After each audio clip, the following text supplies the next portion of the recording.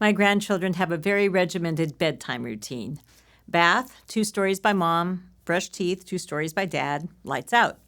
When I'm visiting, I get to read them a couple of stories too. I love it.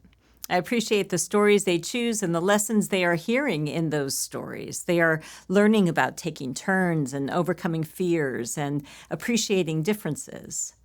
But my favorite stories are the ones that echo the message that they are so very loved.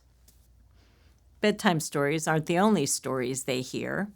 They hear bits of all kinds of stories and just about everything that's said, and they piece them together in a narrative that can end up shaping them. We talk so much about my granddaughter turning 5 years old, her party, the friends she would invite, the birthday cake and candles. She heard again and again how she was becoming a big girl.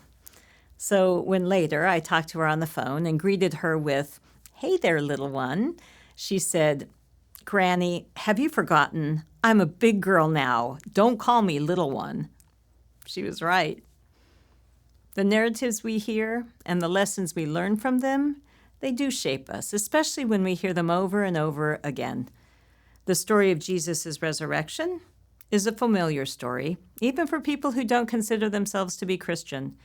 But from the very beginning, that story has been seen as a threat, and some have tried to shift the narrative, to eliminate its force and to discredit its veracity. This Sunday, we're looking at the narrators and asking ourselves if the resurrection story still shapes us. I hope you'll join me.